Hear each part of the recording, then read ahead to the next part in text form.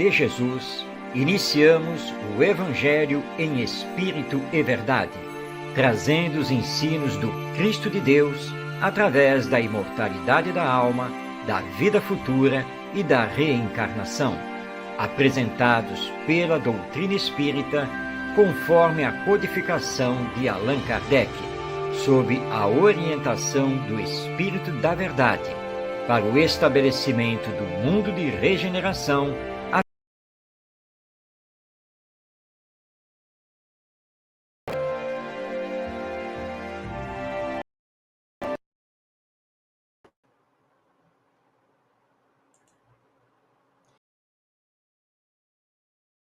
Bem-vinda! Iniciamos o Evangelho em Espírito e Verdade, que vai ao ar toda quinta-feira, às 5 da tarde, pela web rádio Cristo Consolador.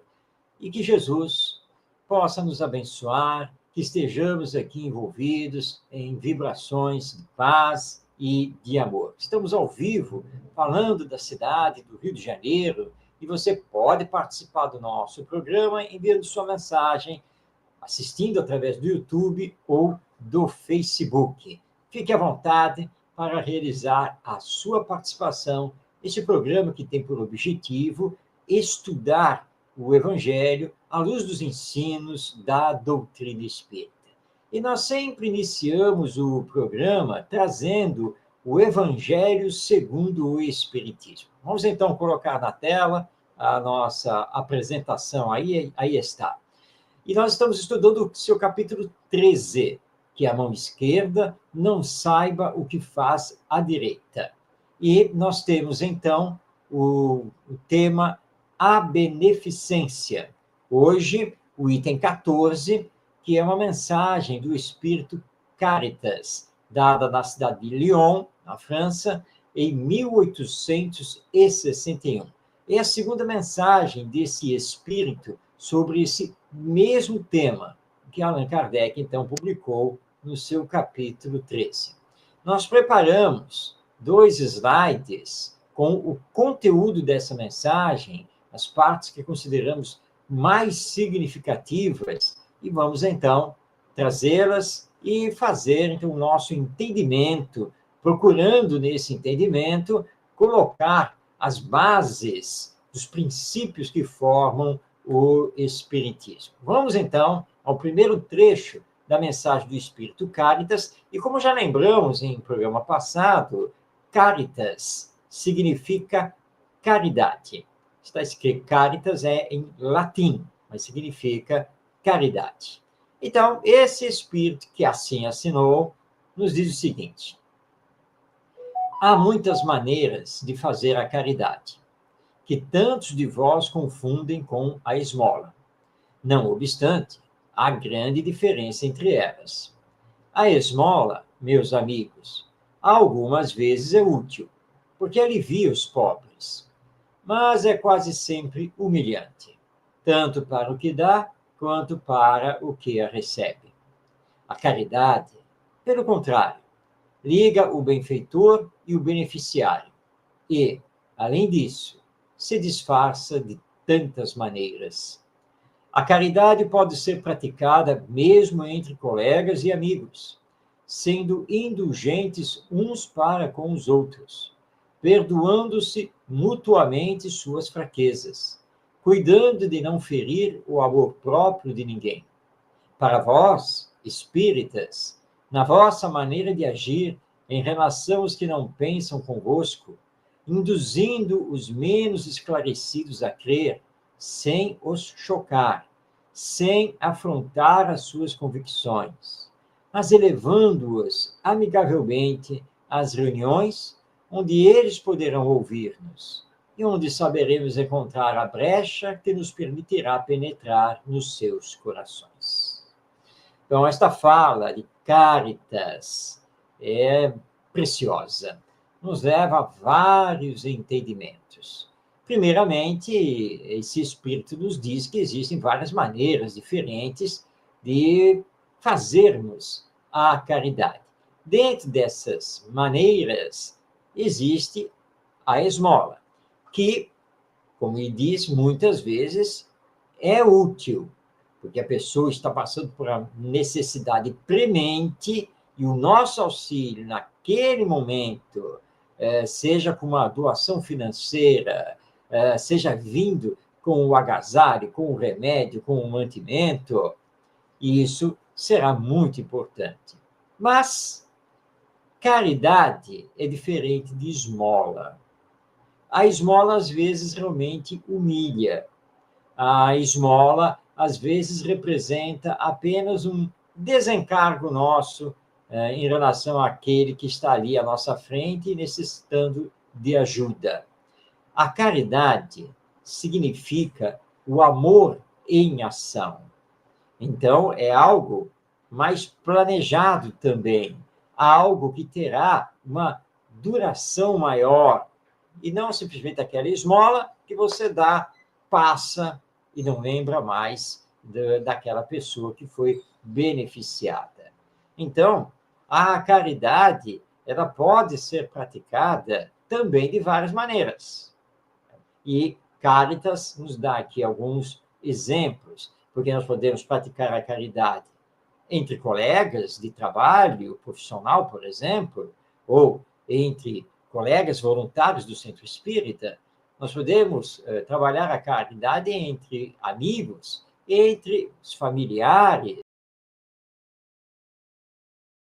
sendo indulgentes uns para com os outros, perdoando as fraquezas e não ferindo o amor próprio de ninguém. Essa é uma grande caridade, porque é a caridade moral ou espiritual, muito mais importante do que a caridade material. Naturalmente que esta é necessária, ou podemos dizer que ela ainda é necessária face às injustiças da humanidade terrena. Precisamos muito mais colocar em ação a caridade moral, também chamada de caridade espiritual. Então, compreender, tolerar, perdoar, caminhar junto, tudo isso é caridade. E tem mais uma, que Caritas está nos indicando no seu texto, e aí dirigindo a sua palavra especificamente para nós que abraçamos o Espiritismo, que é a de esclarecendo, consolando, levar um reforço à fé, às convicções dessas pessoas, e encaminhando-as dentro do Espiritismo e para o centro espírita, para a realidade da mediunidade, do intercâmbio entre o mundo espiritual e o mundo material. Porque então os desencarnados poderão agir através dos médiuns, poderão esclarecer, consolar, confortar, alicerçar. Isso é muito importante. E fazem isso também através da literatura mediúnica. E muito grande, muito importante, que todos nós podemos fazer, porque é lançar luz no coração e na mente das pessoas que ainda se encontram no materialismo e no ateísmo. Então, é caridade e muito importante. Mas Caritas continua. Vamos, então, agora colocar na tela o segundo destaque do seu texto. Aí está. Então, Caritas nos diz: vejo muitas vezes na semana uma reunião de damas de todas as idades. Para nós, como sabeis, são todas irmãs. Trabalham rápidas, bem rápidas. Os dedos são ágeis. Vede também como os rostos estão radiantes e como seus corações batem em uníssono. Mas qual o seu objetivo? É que elas venham aproximar-se o inverno, que será rude para as famílias pobres. As pobres mães se inquietam e choram, pensando nos filhinhos que, neste inverno, sofrerão frio e fome. Mas tende paciência, pobres mulheres. Deus inspirou a outras, mais afortunadas que vós. Elas se reuniram e confeccionam roupinhas. Depois, num destes dias, quando a neve tiver coberto a terra, e murmurardes, dizendo: Deus não é justo, pois é esta a expressão comum dos vossos períodos de sofrimento, então vereis aparecer um dos enviados dessas boas trabalhadoras, que se constituíram em operárias dos pobres. Sim, era para vós que elas trabalhavam assim. Então, Cáritas agora nos traz um grande exemplo. Exemplo esse que nós encontramos em diversas religiões cristãs, inclusive no trabalho realizado por nós espíritas, seja no âmbito do centro espírita ou em grupos de familiares e amigos que se reúnem para auxiliarem os mais necessitados. Cáritas está aqui nos lembrando que muitas mães, por este mundo afora, estão em sofrimento, porque vivem na pobreza ou mesmo na miséria material. Mas são mães, possuem filhos, e quando esses filhos são pequenos, o sofrimento dessas mães ainda é maior, porque em chegando o inverno, faltará não apenas a roupa adequada que aqueça, mas faltará os alimentos que dão saúde. Mas a caridade está presente na terra. A caridade se movimenta. E se de um lado nós temos essas pobres mães com os seus filhos em penúria, de outro lado, nós temos também os grupos de mães, de mulheres, secundadas também pelos homens, que trabalham por elas, pelas mais pobres, que confeccionam roupas, agasalhos, tanto para as mães quanto para os seus filhos, que fazem campanhas de arrecadação de mantimentos para distribuição. Esses grupos têm a inspiração divina da caridade e saem a campo, em ação, para fazer as doações que irão minimizar o sofrimento dessas famílias que se encontram na miséria.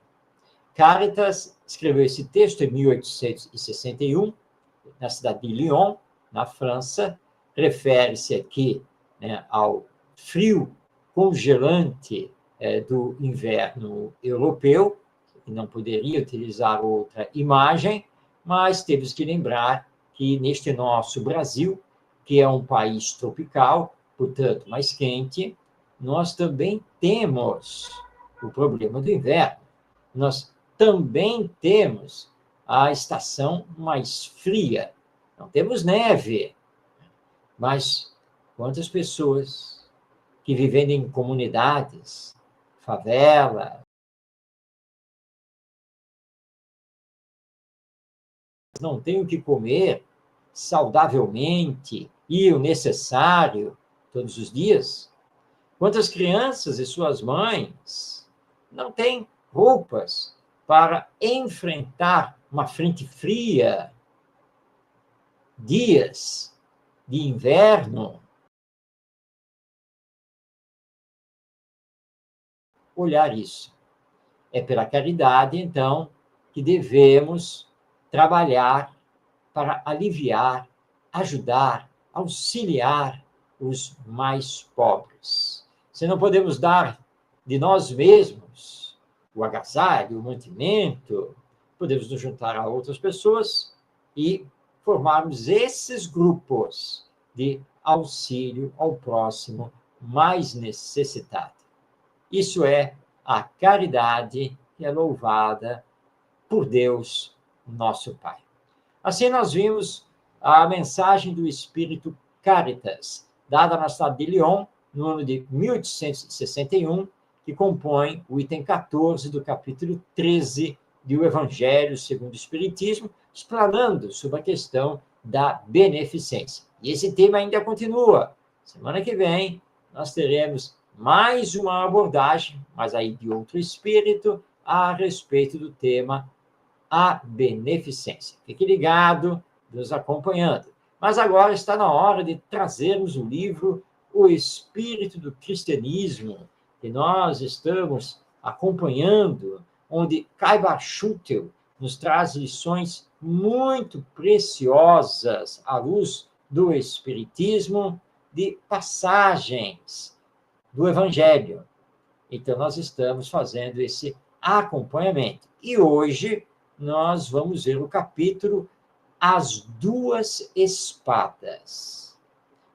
E Caibar Schutel inicia transcrevendo do Evangelho segundo Lucas, do seu capítulo 22, os versículos 35 a 38. Ele está aí na tela, vamos fazer a leitura para que todos possam melhor acompanhar. Perguntou-lhes Jesus, neste caso aqui, era Jesus perguntando aos seus discípulos: quando vos mandei sem bolsa, sem alforje e sem sandálias, faltou-vos alguma coisa? Responderam eles: nada. Então ele lhes disse: agora, porém, o que tem bolsa, tome-a, como também o alforje. E o que não tem dinheiro, venda sua capa e compre espada. Pois vos digo que importa cumprir-se em mim o que está escrito. E ele foi contado entre os transgressores, porque o que a mim se refere está sendo cumprido. Disseram eles: Senhor, aqui estão 2 espadas. Respondeu-lhes Jesus: basta. Então, essa é a passagem que Caibar Schutel está nos trazendo e que, aparentemente, é uma passagem bem enigmática da fala de Jesus. O que será que ele queria dizer? Ele estava dando ordens aos seus discípulos para se armarem para uma luta sangrenta, mas isso nos parece incompatível com aquele que representou o amor aqui na Terra. Então, Caibar Schutel vai agora fazer uma análise dessa passagem à luz da doutrina espírita. Vamos, então, aqui com o livro em mãos, vamos fazer aqui a leitura do comentário de Caibar Schutel. O caso das 2 espadas parece não ter sido referido senão pelo apóstolo Lucas, mas nem por isso é ele desvalorizado no Evangelho. Sua interpretação é toda espiritual, porque essas espadas constituem o símbolo da luta que seus discípulos teriam de enfrentar. A espada é uma arma. O vocábulo espadas, na linguagem hebraica, tanto podia significar espadas, como, de uma forma mais geral, armas. Quem não tiver dinheiro, venda sua capa e compre uma arma. Então, poderia ser feita essa leitura. Tendo de se iniciar em 2 naturezas de lutas, luta material e luta espiritual, era preciso que, no mínimo, houvessem 2 espadas, ou 2 armas. Uma para vencer a luta terrena, outra para vencer a luta espiritual. A luta pela veste, a luta pelo pão, a luta pelo pouso ia ser grande, e fazia-se mistério uma espada para vencê-la. A luta contra o sacerdotalismo, a luta contra o preconceito, a luta contra a ignorância, dependia, a seu turno, de uma espada que conquistaria a vitória. Enquanto Jesus se achava na direção do pequeno pelotão, o insigne general provia os seus discípulos de tudo, sem que eles se incomodassem com coisa alguma. Quando vos mandei sem bolsa, sem alforje, sem sandálias, faltou-vos alguma coisa? De tudo os supriu o Senhor, de alimento, de roupa, de pouso, de dinheiro, de doutrina, de dons, de autoridade e de poder. Mas eles precisavam dar provas do seu valor, e a luta era necessária. Teriam de lutar para adquirir tudo o que antes recebiam sem trabalhar, sem pensar e sem pedir. De modo que, com uma espada, conquistariam tudo o de que precisassem para a subsistência terrena, o trabalho. Com outra espada, a fé, venceriam os mais poderosos inimigos. Não a fé passiva, mas a fé ativa, baseada nas palavras do Mestre. A fé comunicativa que faz vibrar o verbo. A fé que produz maravilhas. A fé que cura, alenta e fortifica.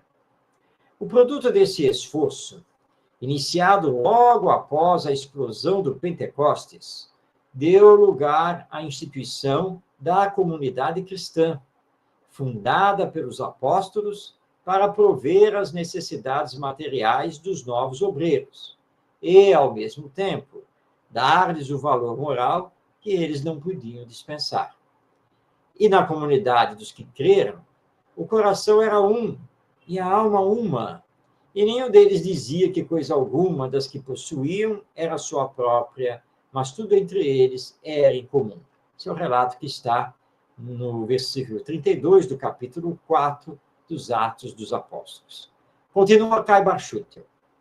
Centro de concentração, centro de trabalho e centro de provisão, essa comunidade se constituiu no almoxarifado para onde convergiam as forças espirituais, os benefícios e meios de ação necessários aos apóstolos em missão, na sua tarefa de divulgação doutrinária.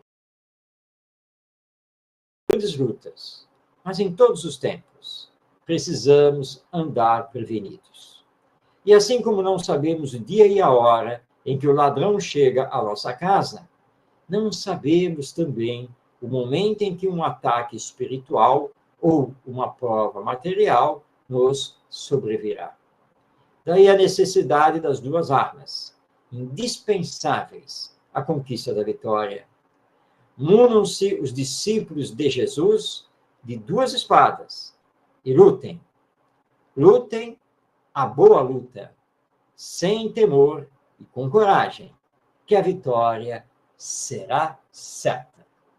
Então, estas são as palavras de Caibar Schutel, no seu livro O Espírito do Cristianismo, explicando para nós, à luz da doutrina espírita, esse discurso do nosso Mestre Jesus aos seus discípulos, que eles precisavam comprar espadas.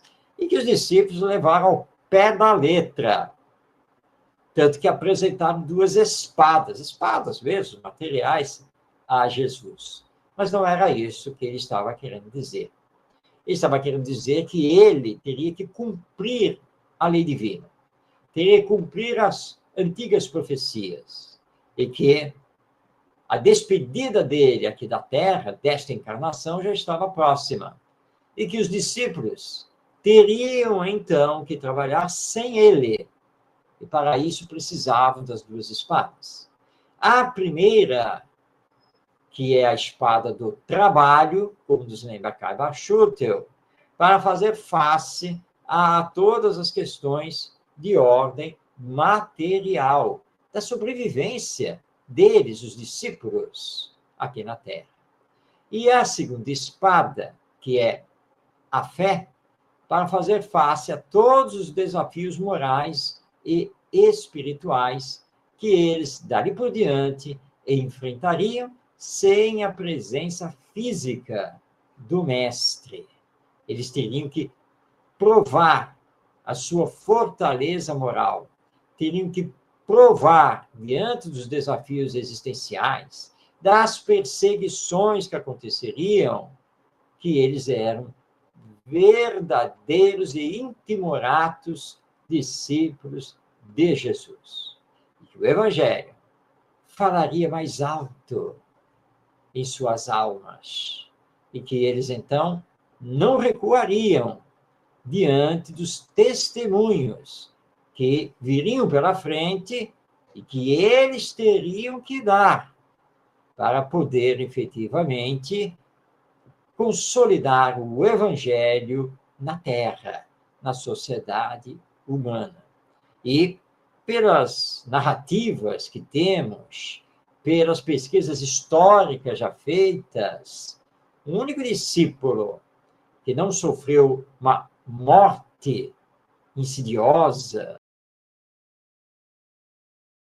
enforcado, apedrejado, etc., foi João, o evangelista, que teve morte natural lá na cidade de Éfeso, mas todos os outros foram martirizados.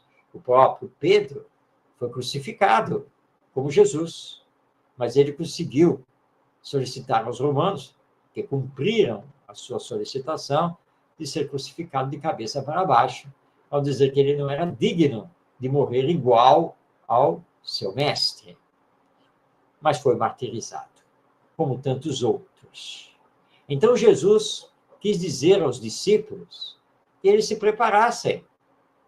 E isso vale para nós ainda nos dias de hoje, porque os desafios de viver o Evangelho ainda são muitos. E muitas vezes são desafios que não são fáceis de serem vividos, de serem superados, exigindo muito de nós. E aí temos que acionar as forças da nossa fé e temos que acionar as forças do trabalho constante. É isso que nós temos que fazer, porque aqui estamos no mundo de expiações e provas. Então, as coisas não são fáceis. Muito pelo contrário, existem muitas pedras no meio do caminho, mas com paciência, com perseverança, com fé, com resignação, com confiança no auxílio de Jesus e dos bons espíritos, nós haveremos, sim, de vencer essas pedras, vencer esses tormentos. Lembrando que Jesus disse que ele venceu o mundo. E também nos disse que nós, como ele, também podemos vencer o mundo, estabelecendo as diretrizes do Evangelho para a humanidade. Então, essa é a interpretação, à luz do Espiritismo, desta passagem que está no Evangelho de Lucas. Vamos voltar a passagem aqui para a tela. Quando Jesus disse, então, que ele teria que cumprir a lei, cumprir o que estava escrito. Ele iria ao sacrifício. E, portanto, os discípulos tinham que se preparar para isso, tinham que se fortalecer para isso, com a espada do trabalho e a espada da fé. E, sem dúvida, nós vemos pela história que eles conseguiram.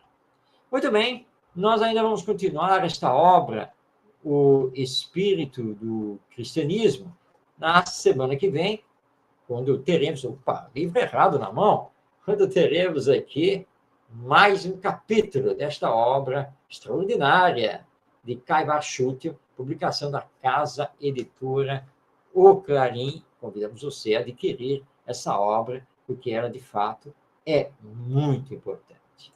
Mas agora nós vamos passar a palavra ao nosso querido benfeitor espiritual, Emmanuel, que através do não menos querido médium Chico Xavier, nos trouxe dezenas, não, centenas de comentários sobre o conteúdo das cartas escritas por Paulo de Tarso esse grande apóstolo do Evangelho. E hoje nós vamos continuar o estudo da primeira carta aos Coríntios, ou seja, a carta que Paulo de Tarso endereçou à comunidade cristã da cidade de Corinto, lá na Grécia.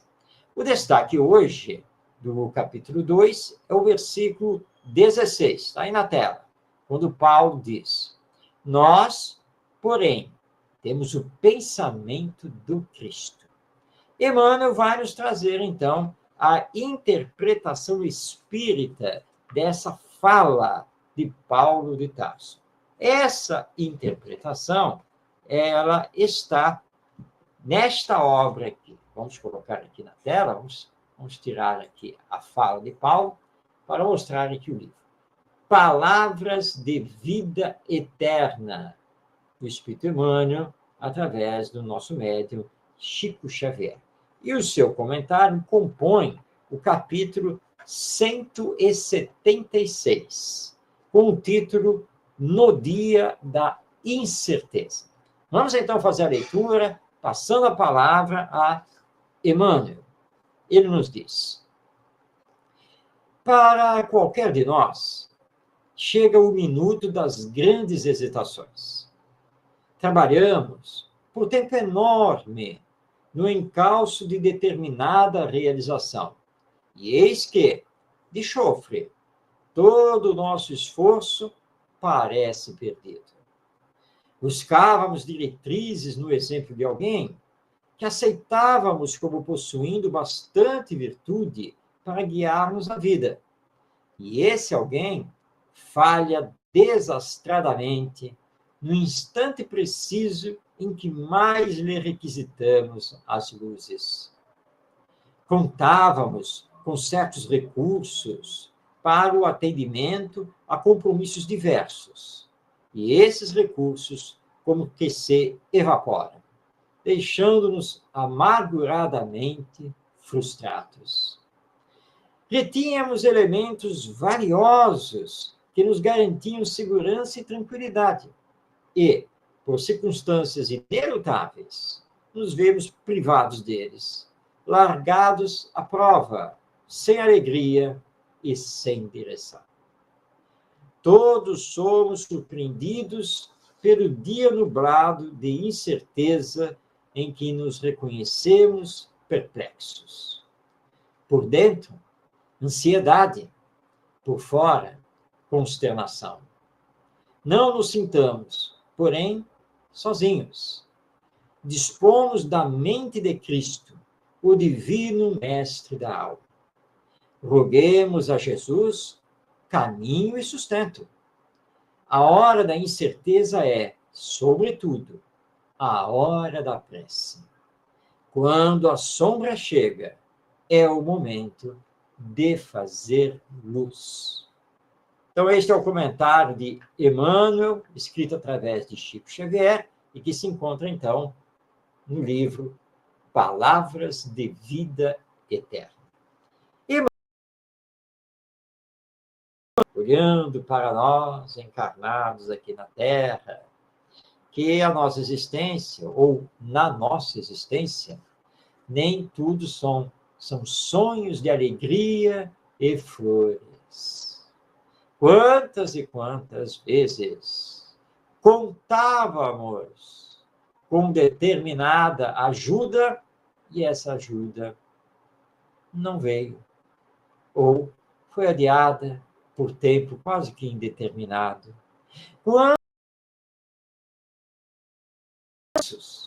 Mas os recursos se foram por causa de alguma tragédia, por causa de uma doença, enfim, são tantas as circunstâncias que podem nos tirar os recursos que havíamos juntado, acumulado. Quantas vezes nos decepcionamos com esta ou aquela pessoa da qual tínhamos tão grande consideração, mas havíamos esquecido que aqui na Terra não tem ninguém perfeito, não tem nenhum santo. E é claro que as pessoas podem se equivocar, as pessoas podem se enganar. E nós temos que estar preparados para isso. Mas todas essas coisas, literalmente falando, tiram o chão de sob os nossos pés. E aí nos sentimos perdidos ou perplexos, como nos fala aqui Emmanuel. Nos sentimos desorientados. Mas Emmanuel nos lembra que, apesar dos pesares, apesar dos problemas todos que surgem na nossa vida, não estamos abandonados. E é justamente nessas horas de aflição, nessas horas de perplexidade, que nós devemos utilizar da oração. Precisamos sintonizar com Jesus, permitindo com essa sintonia que ele dirija a nós os bons espíritos, que também vibram da mesma faixa da nossa prece, da nossa oração, e que, em nome do amor, irão nos auxiliar, porque nós não estamos sozinhos. Então, estamos sujeitos, sim, a todos esses problemas, mas nunca sozinhos. Jesus não nos abandona. Os bons espíritos não nos abandonam. Podem se afastar temporariamente diante do nosso orgulho, da nossa vaidade, da nossa teimosia, do nosso egoísmo. E aí teremos que arcar com as consequências disso. Mas, no momento do nosso arrependimento, quando nos predispusermos a uma mudança moral na nossa caminhada, eles estarão conosco. Estarão nos apoiando, alicerçando a nossa fé, dando-nos ou renovando as nossas energias. Nunca estamos sós. Temos que lembrar disso sempre. E, portanto, utilizar da oração. Não em desespero, não, mas utilizar da oração que vai fazer a sintonia com o mais alto. Utilizar da oração com resignação e fé, que tudo haverá de passar, tudo haverá de melhorar, mas enquanto estivermos no meio da tormenta, temos que manter a nossa calma, temos que manter a nossa paciência e o nosso trabalho, a nossa perseverança, sempre de acordo com aquilo que pudermos realizar. Não esqueçamos disso. E é o que Emmanuel veio conversar conosco nesta mensagem, no Dia da Incerteza, que compõe o capítulo 176 do livro Palavras de Vida Eterna. Por isso, que aqui no final do seu texto, e vale novamente, ele diz aqui: não nos sintamos, porém, sozinhos. Dispomos da mente de Cristo, o divino mestre da alma. Roguemos a Jesus caminho e sustento. A hora da incerteza é, sobretudo, a hora da prece. Quando a sombra chega, é o momento de fazer luz e não deixar que ela predomine.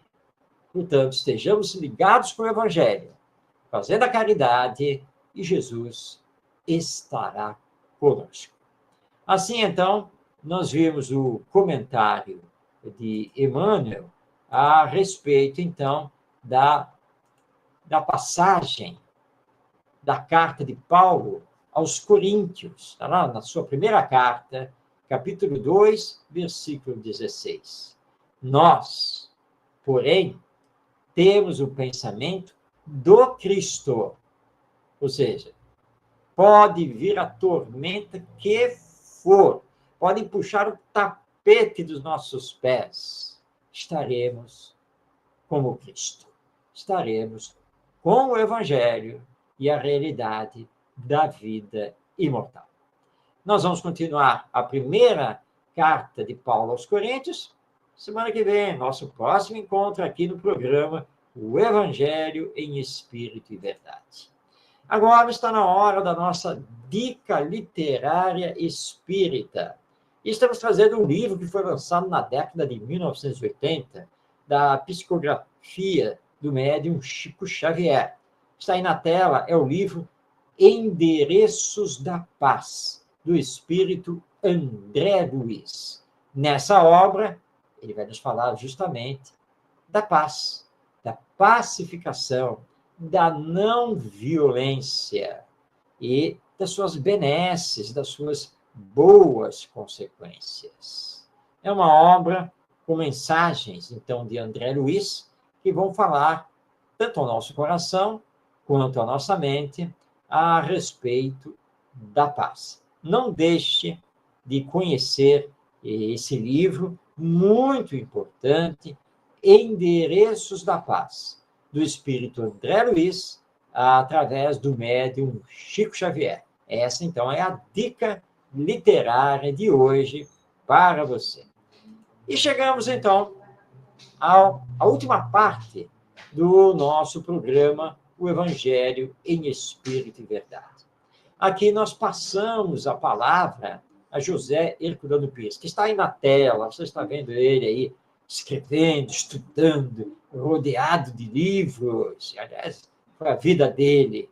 Ele foi filósofo, era formado em filosofia, professor universitário,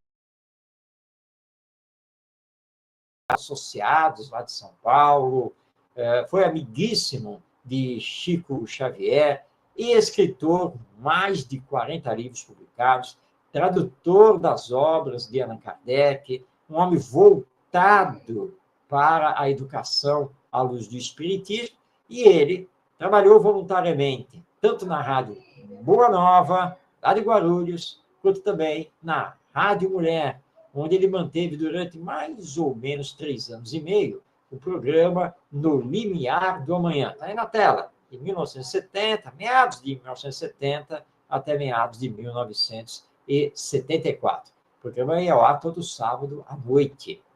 Pois bem, depois da sua desencarnação, ocorrida em 1979,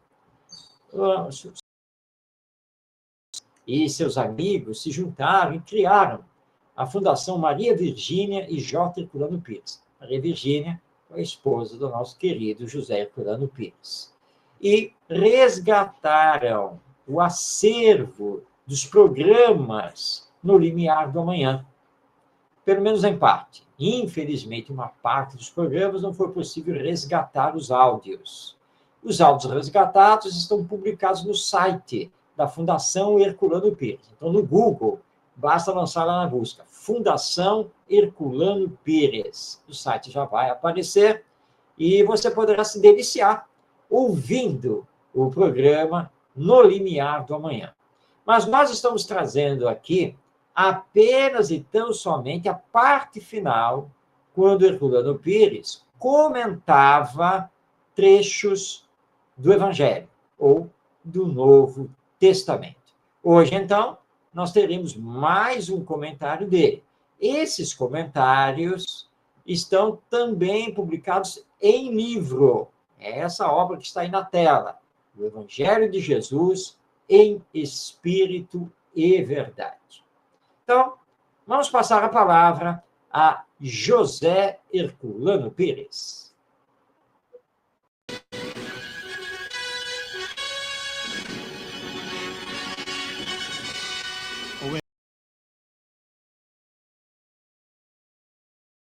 Rompendo a casca da letra para penetrar no espírito. Abrindo o Evangelho ao acaso, encontramos o seguinte: Lucas, capítulo 6, versículos de 46 a 49.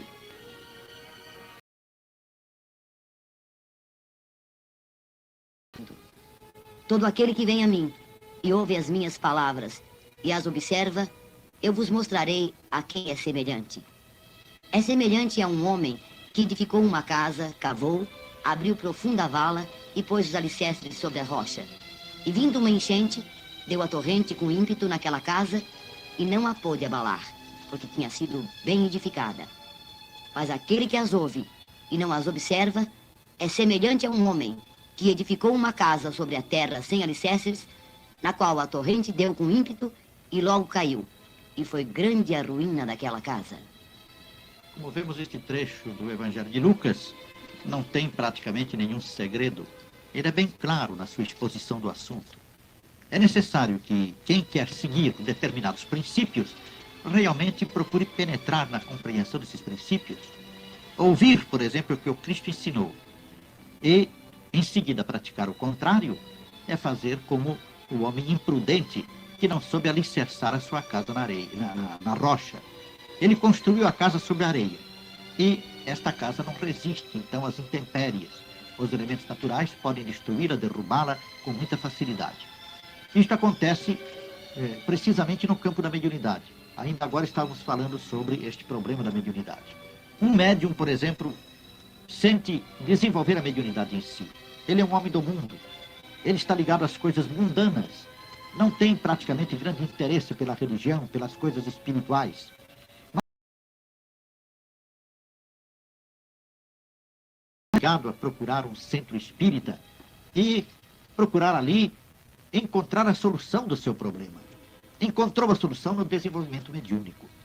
O desenvolvimento mediúnico, entretanto, o coloca numa posição muito difícil se ele não procurar compreender os princípios morais do Espiritismo e se não procurar absorver os ensinos do Evangelho. Porque ele, como médium, ele estabelecerá relações por afinidade, por sintonia, com entidades espirituais muito inferiores, se ele continuar na sua posição inferior, desligado dos pensamentos mais elevados, desligado, portanto, dos ideais espirituais.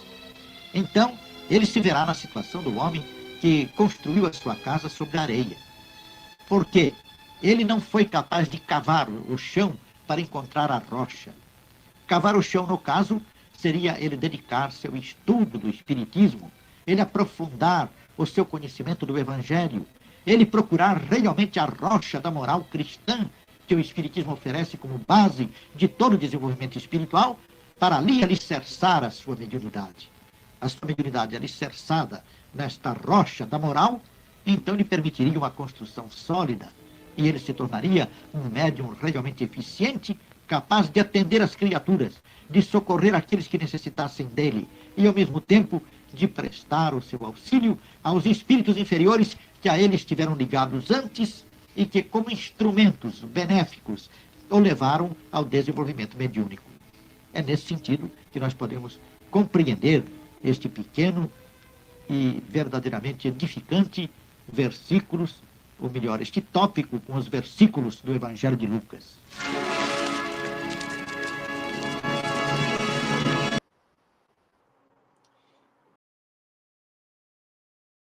José Herculano Pires, sobre mais uma passagem, como ele lembrou, um tópico do Evangelho de Lucas. E, com isso, estamos chegando ao final do programa O Evangelho em Espírito e Verdade. Lembrando que nós não temos aqui por finalidade discutir, não. A nossa finalidade é compreender o Evangelho através do Espiritismo. Compreendê-lo não apenas a nível teórico, mas também a nível vivencial da sua prática. Toda quinta-feira, às 5 da tarde, nós estamos no ar pela web rádio Cristo Consolador. Mas você pode assistir o nosso programa em qualquer tempo. Sim, isso pode acontecer no YouTube. Então, você acessa o YouTube e, na busca, você tem 2 canais em que você pode, então, acompanhar o nosso programa.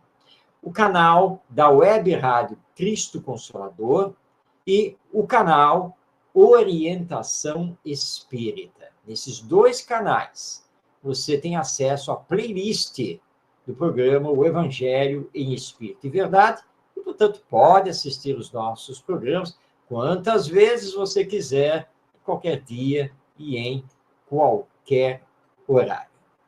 Muito obrigado pela sua companhia, um prazer estar com você, que Jesus continue a lhe abençoar e a todos nós, e que possamos, com o Espiritismo, continuarmos a nossa marcha ascensional para nos melhorarmos e semearmos sempre o bem e o amor aqui na Terra. São esses os nossos votos, e já deixando o convite para nos encontrarmos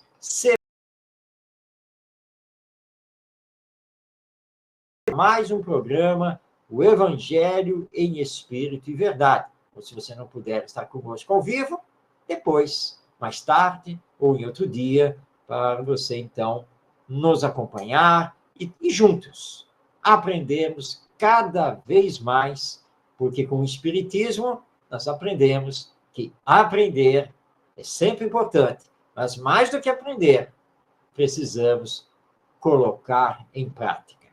Um grande abraço a você, paz na sua vida. E até semana que vem, em mais um, o Evangelho em Espírito e Verdade.